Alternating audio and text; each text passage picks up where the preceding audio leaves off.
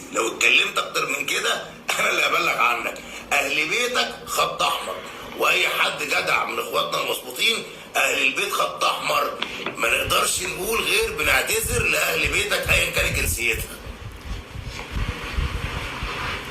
ده اخر فيديو هرد عليك فيه عشان بس اوري بقانا واوري الناس ان انت كنت طالع تاخد اللقطه وغلطت في ام البيت واللي انت اعتذرت لها بمعنى صح. كفايه عندي دي.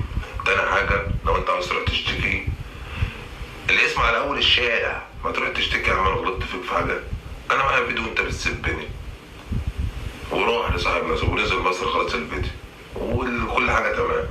انت راجل قاعد فاضي دلوقتي بتطلع. يعني اقول لك حاجه، انا لما قلت انت بتيجي على غلبان فعلا، بس انا مش غلبان قلت لك صدقني اقسم بالله، بس انا ما بحبش اتكلم. تاني حاجه، لو عاوز تروح تشتكي هتشتكي لي على ايه؟